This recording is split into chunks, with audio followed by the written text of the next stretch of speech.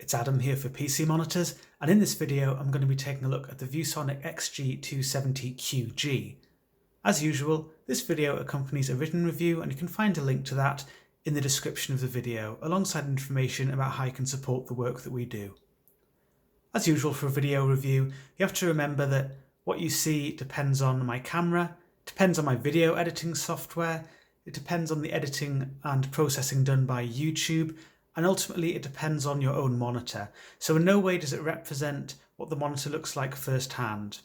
This monitor uses a 27-inch LG Display Nano IPS panel with a 2560 by 1440 resolution. The resolution yields a good pixel density, one that many users will be comfortable using in terms of readability, but decent levels of clarity as well. So the desktop icons, for example, they're reasonably small but not tiny, and it gives you good multitasking potential, so there's lots of on-screen real estate, and text and images appear nice and sharp, suitably high resolution image content, and that includes games. It also gives you a good amount of desktop real estate to work with, so you can do multitasking, or if you want to just focus on a single application, you've got plenty of space there to work with.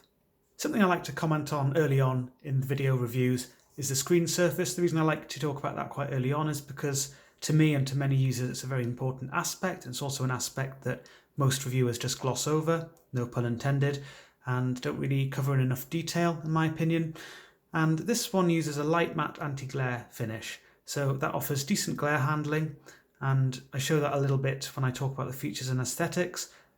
And it also keeps the light emitted from the monitor free from strong diffusion, and that means that the image doesn't have the sort of grainy look that you get on some matte screen surfaces, and the clarity and the vibrancy is better maintained. And the finish of the screen surface is also relatively smooth, which helps in terms of the relatively smooth look to the image. It doesn't have obvious graininess, there's just a little bit of a light misty graininess for some of the light colours, but that really is a very slight thing. Most users won't notice that. Even users who are sensitive to this kind of thing should find this just fine. I'm now going to talk about the external features of the monitor. At the front it has quite a stealthy look, as I like to call it, so it has lots of matte black plastic. It has a little grey Elite logo there on the bottom bezel. The bottom bezel is reasonably thick, whereas the top and side bezels are much more slender, and they have a dual stage design, as I like to call it. So that includes a panel border, which blends into the screen very nicely when the monitor's off, as it is now, but you can see it around the image when there's an image being displayed, and that's just there. And then there is a hard plastic outer component around that as well. You might notice there are just little tiny dots. It looks like a little section missing the top corners. Not sure if you'll be able to see that on the video. They're just calibration marks used by the machine that puts everything together, so that's completely normal, it's not a defect. Stand base, I actually quite like the design. It's not sort of the deepest design, which is quite good. It doesn't take up a huge amount of desk space, depth for the desk, considering the size of monitor overall. It has a fairly broad look to it, and the front edge of it is actually a brushed metal. I'm not sure if you can see that, but it has a little sheen to it, you can see that. So it's cool to the touch. Unless your room is particularly warm, then it might be warm to the touch, but it's a nice little feature. It just gives it a little bit of a premium look and feel. And you can see that the stand design itself, the base is quite low to the desk, so it's quite low profile, the design. So I quite like the overall look. It's kind of unique, but not obtrusive in my opinion. The OSD controls are located beneath the Elite logo there, and they're explored in a separate video, the OSD video. There's also a power LED which glows blue when the monitor is switched on, and amber when it's in standby, which is just there. The monitor also includes these sight shield wings. They go at the side of the monitor. I'll just put them on so I'll show you what it looks like with these attached, but all you do, you'll see that there's a little screw there, a little screw there. You just screw them into these little holes there. There's one there in the middle of these little things there, another one in the middle there. The camera would just kindly focus on that. Very difficult to get it to focus on a tiny little hole, but you can see them hopefully. So you just screw it into there, one either side. Then it looks like this. So there you go, the sight shields are attached, and you can move them inwards a little bit or outwards. All this is designed to do is cut down a little bit on glare from light sources striking the monitor from the sides. To be honest, I don't find glare an issue at all on this monitor, and I have fairly decent control of my room lighting, so I don't have an issue and I don't have a need to have these sight shields on, but they're there if you want to use them, and they're very easy to attach and detach. And as I mentioned before, you can just adjust the position. You can have them, I don't know why you'd want them to be completely out like that. It just makes it look like a strange ultra-wide monitor, even though it isn't. So if you want to do that, then you can, but I think you're either going to have them more or less like that or off. The stand offers full ergonomic flexibility, so you can adjust the height of the monitor. You can tilt the screen backwards a bit and forwards a very little bit. You can tilt the screen left and right. So you can see a nice pink mood light there. A little bit of glare from that if you've got it at a strange angle, but you don't generally see that.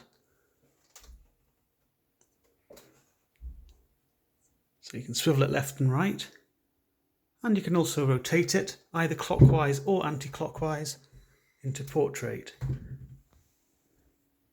And the movement of the stand, when you adjust it, it's actually quite smooth. It's quite a nice design, quite a smooth adjustment. And the actual adjustments, the measurements, can be found in the written review. Oh, and in case you're wondering, you can put the monitor very low down if you've got it in portrait mode. And as I mentioned before, low profile stand base, so it's very low indeed to the desk. It's quite a neat little feature if you like to have the monitor in portrait mode. From the side you can see that robust, fully ergonomic stand. It does have metal at the top as well as the stand base, the rest is plastic. And you can also see the little holes where you screw the sight shields in, and the little holes either side of the screw holes, that's where you actually just feed little bits of plastic in to keep everything in place when you attach the sight shields. There's also a headphone hook here, and this is another metal feature. So there is just a little bit of metal here and there on this monitor, which I think is quite a nice little touch. Just gives it a little bit more of a premium feel. The rear of the monitor is mainly matte black plastic. There's a little Elite logo there, and as I mentioned, this little bit at the top is metal. There's a little place to grip if you're carrying the monitor around. Quite comfortable on the hand there, quite ergonomic. There's also a hexagon around the stand attachment point, and that is an RGB LED lighting feature, Elite RGB, and that's explored in the OSD video. The other RGB lighting feature is found on the bottom of the monitor, also explored in the OSD video. So there are 5 LEDs, an LED strip with 5 LEDs towards the left and right of the stand, and they can be controlled independently from the ones on the back.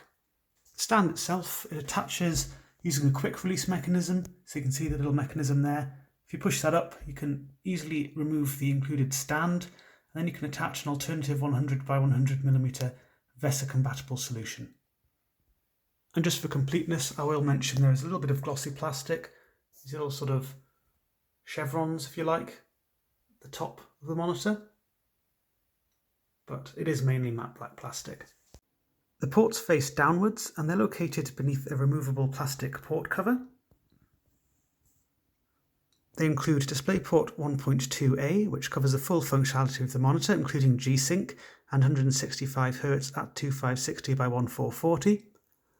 There is a 3.5mm headphone jack, a USB 3 upstream port and 3 USB 3 downstream ports, plus a DC power input, which means that the monitor uses an external power brick, which you can see here. There are also 2 2-watt speakers, so you can see one of the grills there, one of the grills up there. These offer reasonable sound output. It's not the highest quality, it's not the loudest, it's not the most bass-rich or the clearest sound, but it's not actually that bad, especially for 2-watt stereo speakers that are integrated into a monitor. They're certainly usable. There's also a K slot, Kensington lock slot, just there. There are also 2 little mouse bungees, I think they're called, just little grips. And what you're supposed to do there is run your mouse cord through there, your mouse cable. and see it has little grooves and a little channel where you can put the cable sort of inside it. It grips with those teeth there, and it keeps it in place at the front of the monitor. There's one at the other side as well, so it gives you a bit of flexibility. I actually use a cordless mouse, so I'm not going to show you the functionality of this. It doesn't really do anything for wireless mice, but if you do have a corded mouse, then this can be quite useful to have. I'm now on Shadow of the Tomb Raider, and I'm going to talk about the contrast performance of the monitor. This uses an IPS type panel, so contrast isn't really its main strength. And indeed, this model had slightly lower static contrast than some IPS type panels would have. I measured a little bit above 800 to 1, so that's a bit below the 1000 to 1 specified, but this isn't a massive difference. So if you compare this to a model which has around 1000 to 1 static contrast, you won't really notice much of a difference. The predecessor to this model, for example, the ViewSonic XG270QG, that has around 1000 to 1, but really the difference in contrast experience is quite subtle. I did, however, come from using an IPS model which has the strongest static contrast I've seen on an IPS type panel. A little bit unfortunate in terms of the comparison here. The AOC G24G2 or G24G2U, that had around 1400 to 1 under my test settings, and yes, I did notice a difference coming from that to this. But as I said, if you're comparing to a model with 1000 to 1, especially an IPS type model with 1000 to 1 static contrast, not a huge difference. It has IPS glow, it's an IPS panel, and this is exaggerated on the video, so you can see a bloom towards that corner of the screen, a bit towards that corner of the screen. It tends to be a bit more noticeable towards the left side just because of the colour of the glow. It's kind of a cooler colour, whereas towards the right side of the screen it has a warmer colour, and the camera doesn't really exaggerate the warmer colour so much, doesn't pick it up so much, and indeed to the eye the cooler colour tends to be a bit more obvious. But the camera certainly does exaggerate things, and certainly it's picking it up more towards the top of the screen than you actually see. I can't see that sort of haze in reality, and lower down at the moment with the content that's being displayed at the moment, I don't really see it towards the bottom like it's shown in the camera. So just be aware it is exaggerated, but yes, it's definitely there and it's definitely a feature, and that does affect the atmosphere. This game definitely looks its best on monitors with very strong contrast performance. It has plenty of dark areas, dimly lit interiors, tombs, caverns, passageways, that kind of thing. And these sort of areas really don't look very atmospheric at all on this monitor. It's not awful. I know some people will really freak out by that 800 to 1 or so contrast ratio.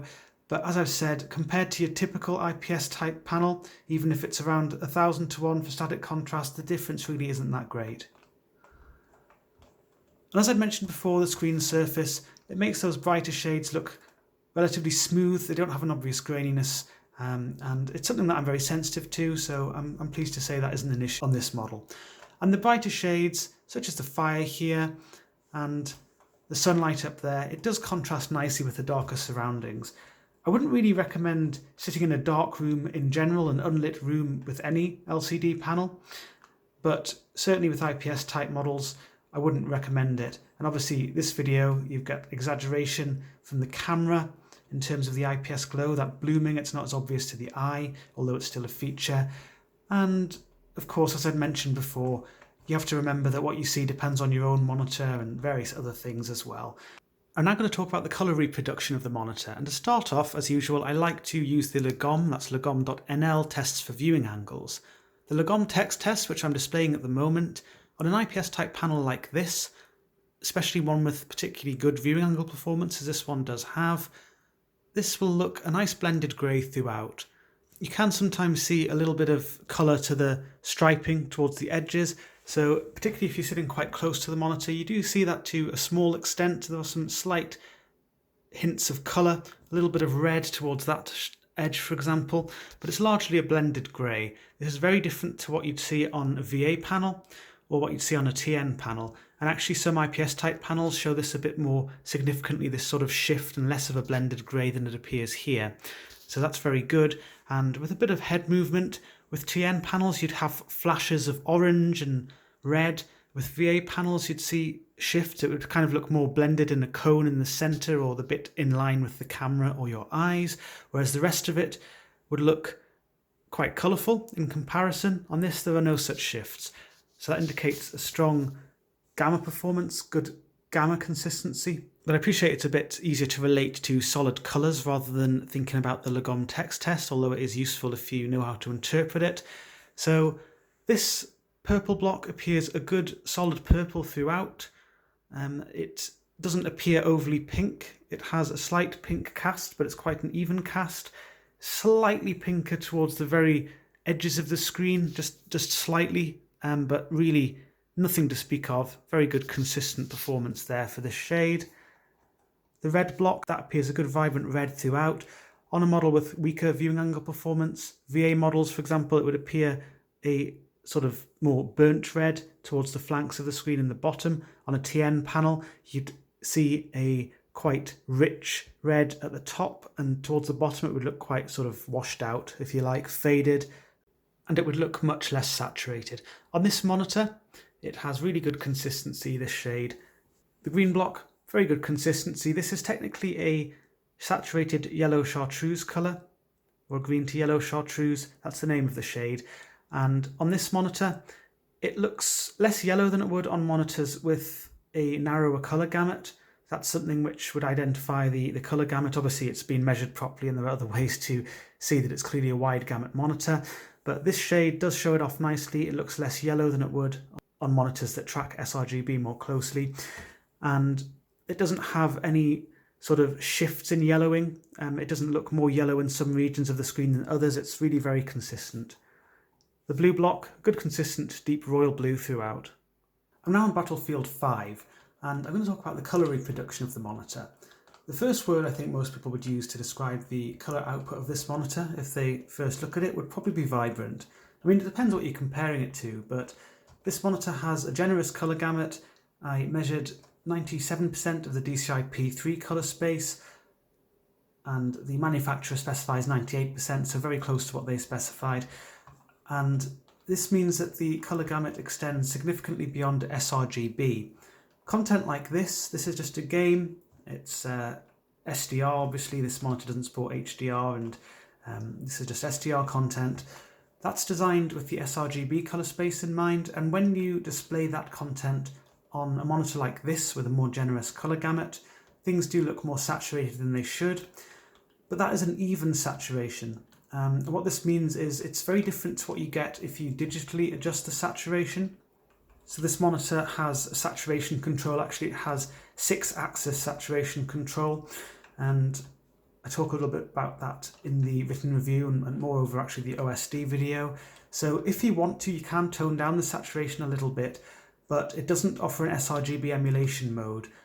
So I think most people though would like the look with the DCI-P3 coverage, because they're used to seeing things look more saturated with smartphone displays, TVs, that kind of thing. They actually have quite wide colour gamuts, laptops as well, even tablets these days.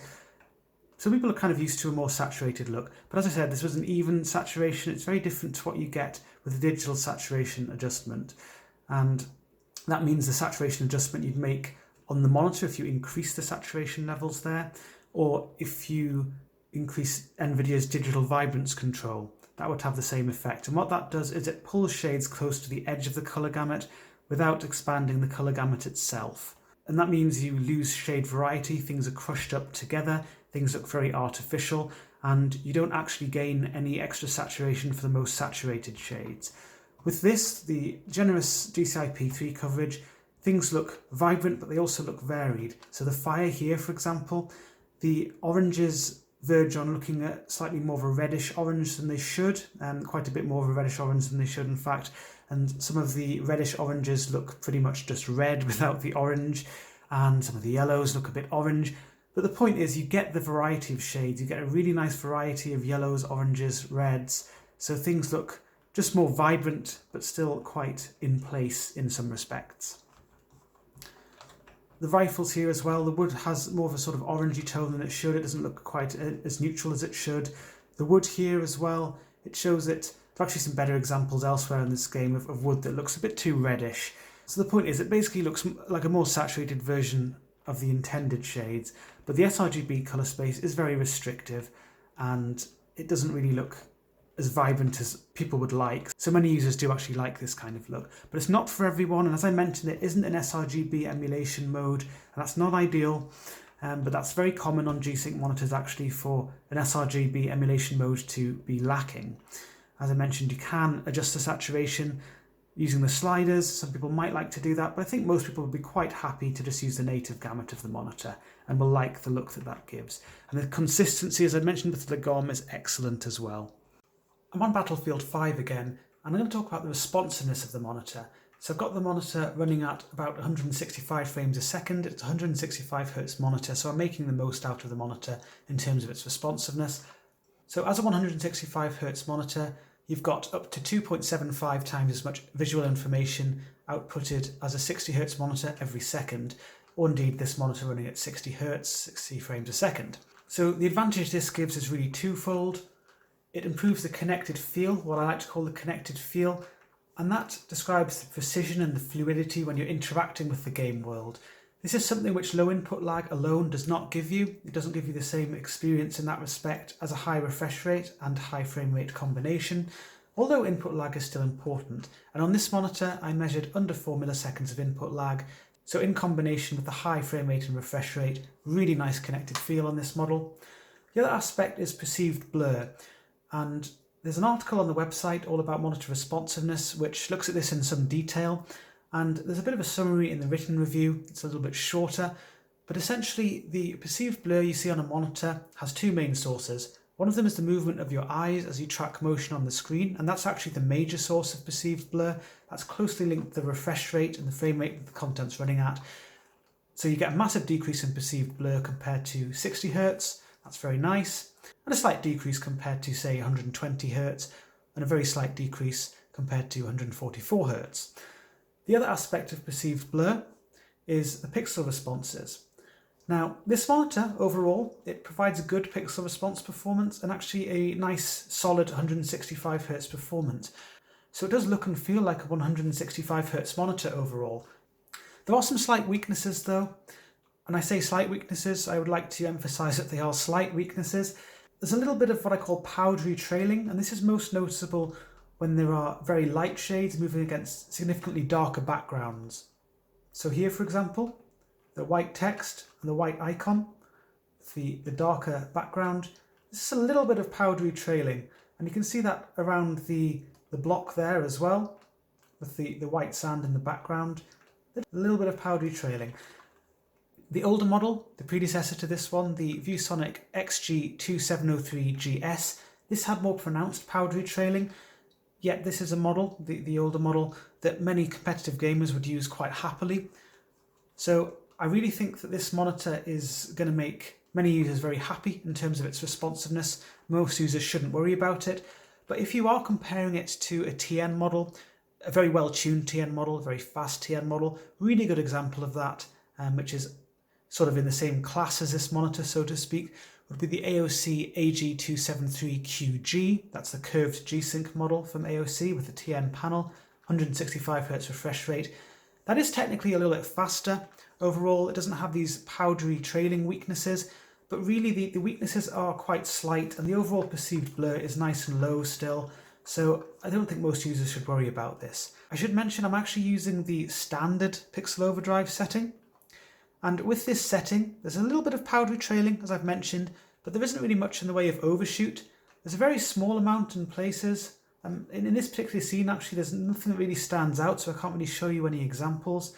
But if you up the pixel overdrive setting to advanced, which is the next level up, so you'll find this in the game mode section. If you're using standard, custom 1 or custom 2, response time OD, if you set that to advanced, you can see that it introduces overshoot, inverse ghosting. You can see that to the left of the building there, or hopefully you can see it. It's not always easy to see on the video, and you have to be aware that you might see some weaknesses from your own monitor when you're viewing the video. So it's not always clear, but hopefully you'll be able to see a difference between the two modes. At least you'll be able to see some extra overshoot here, or indeed the presence of overshoot. And perhaps there are some better examples here. So yeah, you can see a kind of bright halo trailing, which is brighter than the background or the object color. I know this is a bit difficult to show you on the video, but I can definitely see it to my eye. It's pretty eye-catching, actually. So there's a halo trailing, especially to the left of that object there. There's also a bit of what I call dirty trailing, and that's darker than the object or the background colour. So around where it says open range, there's a kind of bit of a murky green trailing, a dark, dirty looking green trail. It's kind of black green, blackish green, swampy colour if you like. Kind of difficult to show you, but you can definitely see it to the eye. And there are other examples, actually some more eye-catching examples. I'll show you another scene very shortly, just for a bit of variety and to show you some different pixel transitions. But basically, I've used this monitor extensively with the standard and advanced settings. So yes, it is nice that you get a slight decrease in perceived blur with the advanced setting, but really it comes at the expense of that extra overshoot. You have to really decide for yourself which you prefer to use. Personally, I find the overshoot a bit too strong with the advanced setting, and I prefer to use standard because I don't think the weaknesses are really major weaknesses. They're not really massively apparent. Really, the pixel response tuning of this monitor using its standard setting is as good as I've seen from an IPS type model. I really don't think most users would find it problematic at all. And if they really do want a better performance and they don't like overshoot, well, I'm afraid you're a little bit out of luck with any IPS type panel, because this is about as fast as I've seen with the pixel responses without introducing obvious overshoot. So, you know, it's really about as good as you're going to get from IPS type panels at the moment. Just before I quickly change to a different scene and go through a few more transitions, I'm just going to show you the ultra fast setting just for comparison. I've now got it set to ultra fast, and you can see obvious overshoot. I'd be very surprised if this didn't come across in the video, unless there's something very wrong with your own monitor. There is obvious halo trailing all over the place. It's a really ugly look to the image. Yeah, I mean, there's some sort of disco-like trailing. Very strong overshoot. You can see to the left of that building there, really colourful, bright trailing, which stands out like a sore thumb. The clouds as well, showing that dirty trailing in a very obvious way. So basically, the point in this setting, well, there isn't one for the user, but the point is this is how they achieve that 1 millisecond response time. In practice, pixel responses, it depends on the grey level of the transition. There's no such thing as 1 millisecond response time for every single pixel transition, but for whatever they were measuring, they've achieved 1 millisecond using this ultra fast mode. This is not unique to this monitor. There are quite a few IPS type monitors now which will claim to be 1 millisecond, but you have to be aware of how that is actually achieved, and this is how it's achieved. So really, as I always say, don't pay too much attention to specified response times. On a different scene on Battlefield 5, this scene I love to use on VA panels because it always highlights some weaknesses, because 165 Hz is not just 165 Hz. As I said, it depends on the pixel responses. VA models are much weaker than this, and there are always standout weaknesses, kind of smeary trailing or heavy powdery trailing. There's none of that on this monitor, so it is distinctly different to even the best tuned VA models in that respect. And it really is much closer to what you get from a fast, well-tuned TN panel. And actually, it's to be honest, a lot better than some IPS type models that are high refresh rate, including the predecessor to this monitor. I mean, I wouldn't say it's a lot better than the predecessor to this monitor, the XG270QG, but it does have a bit of an edge because the weaknesses in terms of the powdery trailing are just a little bit less obvious. Now, there is a particular transition or particular transitions which show this powdery trailing off more noticeably. Now, I showed you one of them before, but it perhaps wasn't the best example, the clearest example. There's a bit of a clearer example in here, and that is where it says E to pick up a letter. You'll know from some of my other videos, I often like to show this example. It's quite a good way of showing this. It's a little bit more powdery trailing. This is the kind of sort of extent of the weakness, and on the video it's probably not actually going to be very obvious, and that's because it isn't a strong weakness, but there is a bit of extra perceived blur here. And these kind of transitions, they do occur in places, and as I mentioned before, there is a little bit of extra perceived blur because of this overall, but really it's a pretty solid 165 Hz performance, and there's nothing that stands out in the way that you'd get on those VA models. And actually there's a little bit of an improvement from the older IPS type monitors, so really it's very good. The other thing, this monitor supports NVIDIA G-Sync. You might notice that my frame rate at the moment, it's not sticking to 165 Hz on the dot, it does drop a bit. Without G-Sync active, that would give you obvious tearing if you had VSync disabled, or it would give you obvious stuttering if you had VSync enabled. So with G-Sync, the monitor's refresh rate is dynamically adjusting to match the frame rate of the content, and that avoids these tearing and stuttering episodes from frame rate and refresh rate mismatches. For sensitive users like myself, sensitive to tearing and stuttering, this is a wonderful thing to have. You have to note though, it doesn't get rid of all instances of stuttering. There can be other causes of stuttering, bad game engines or problems with memory, just other aspects really of the system can cause stuttering, not to do with frame rate and refresh rate mismatches, but G-Sync will definitely improve the experience compared to not having G-Sync or an a variable refresh rate technology. The other nice thing about G-Sync, which is unique to G-Sync, is that as the frame rate falls and therefore the refresh rate of the display falls, it uses something called variable overdrive. I'm just going to increase my graphics settings a little further and talk about this. So I've increased my graphics settings now and my frame rate is closer to 90 frames a second. It certainly spends most of its time under 100 frames a second now. So the first thing I notice here, yes, there's a drop off in connected feel. It's not as good as it was at significantly higher frame rates, and the perceived blur is noticeably increased as well. This is just down to the decrease in frame rate. This isn't something that G-Sync can help with, but there isn't tearing and stuttering from frame rate and refresh rate mismatches. Really nice to have. Other thing is that the variable overdrive, which I mentioned just before, that ensures that there isn't obvious overshoot or any other weaknesses from the pixel responses being tuned instead for the higher refresh rates than the monitor is currently running at. And that is something which adaptive sync monitors very commonly have. You would get increasingly obvious overshoot as the refresh rate decreases, or sometimes you'd get trailing, conventional trailing, extra conventional trailing, just because things aren't tuned properly. There's nothing like that here. Again, I'm using the standard setting, my preferred setting, and things are really very nicely tuned across the range. So at these frame rates, really it's a nice solid performance as well. And I'll just quickly show you the advanced setting just for comparison here. So I'm using the advanced setting now. The frame rate's reduced so the pixel response requirements aren't as strong, but to be honest, you're not getting any advantage to using this over the standard setting here, and as I mentioned, really a slim advantage at much higher frame rates and refresh rates. But to be honest, does the overshoot, again, I'm not sure if it's going to come out properly on the video. That's really the most noticeable addition now I've changed to the advanced setting. It's not supreme overshoot. I mean, it's not really strong. It's not as strong as some models. The Gigabyte Aorus AD27QD, for example, and the newer variants of that have much stronger overshoot than this.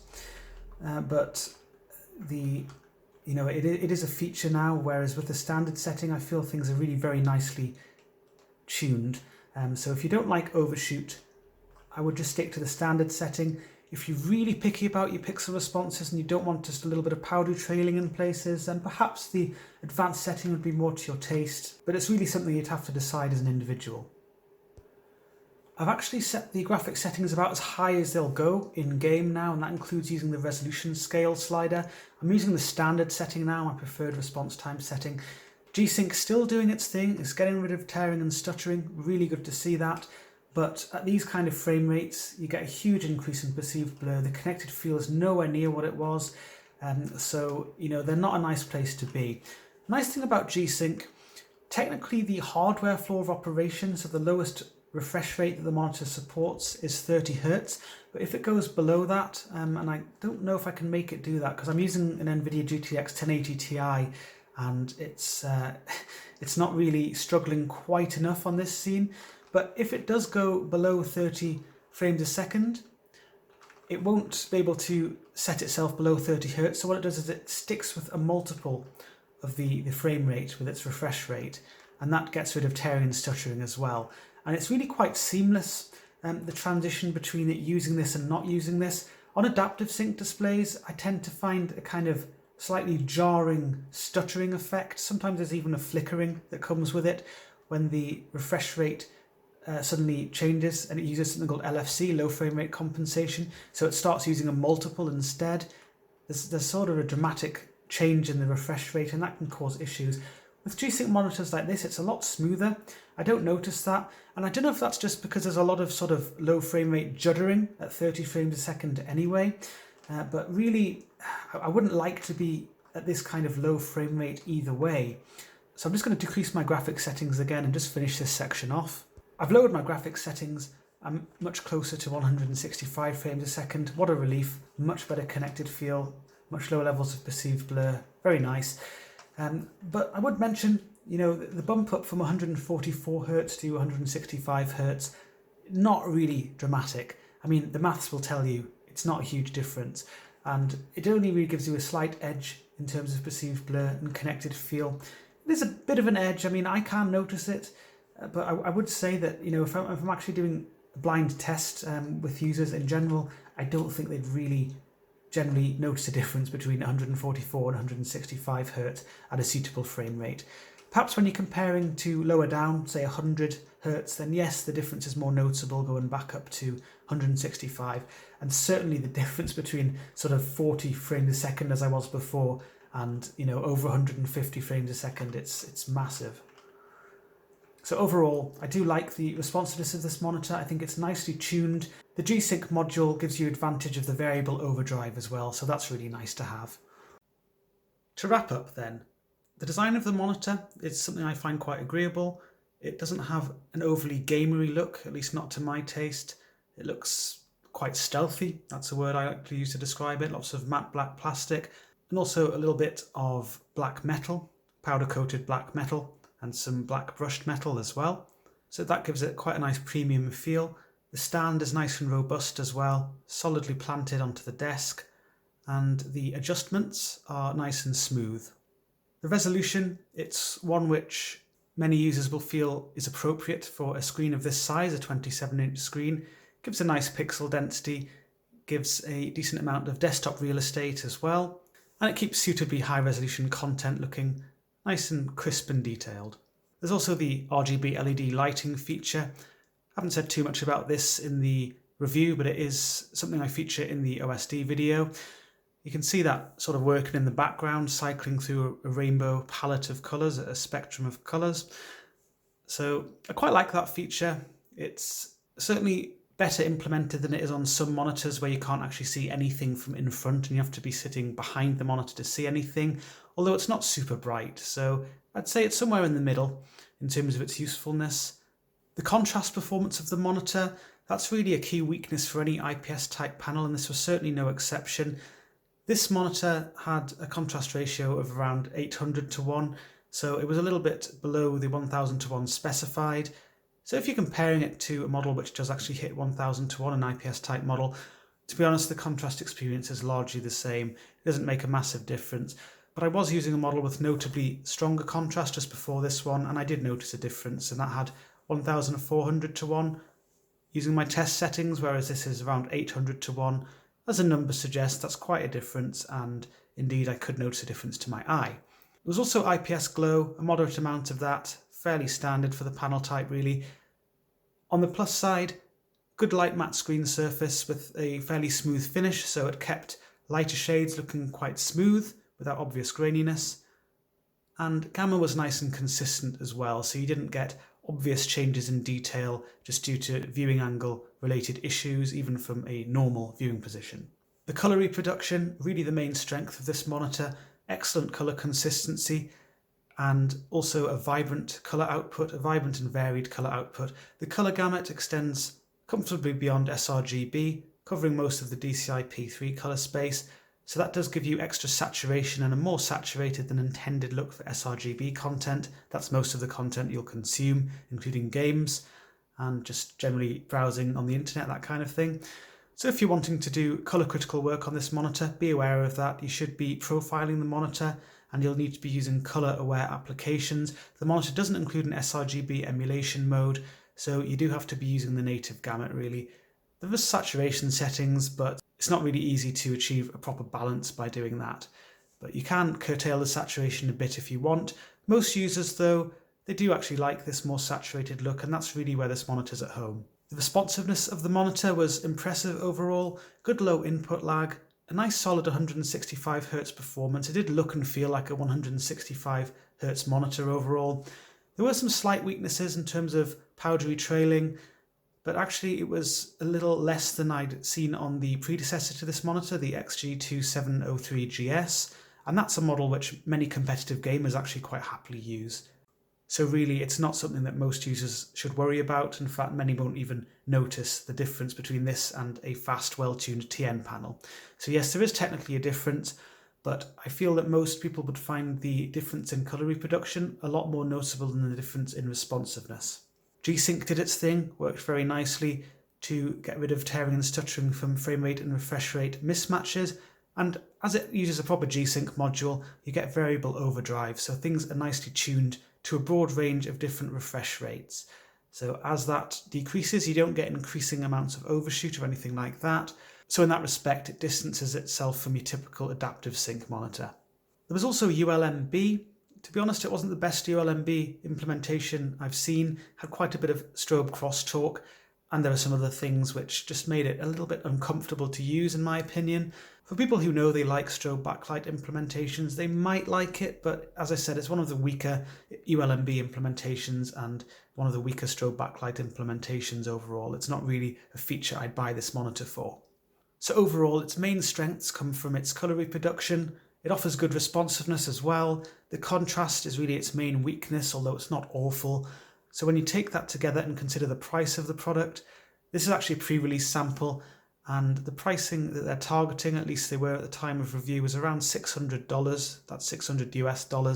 I think given the feature set and performance, that's actually quite a decent price. Yes, there are some cheaper options. The obvious competitor to this would be one using a very similar panel, the LG 27GL850. That is a nice product as well, but it doesn't have the proper G-Sync module, so you don't get the variable overdrive and you don't benefit from that. You'll find with that one, your optimal pixel overdrive setting depends on the frame rate range that you're running the games at when you've got adaptive sync active, so it isn't as well implemented or as finely tuned as this model in that respect. So that's really all there is to the ViewSonic XG270QG. Be sure to check out the full review on pcmonitors.info.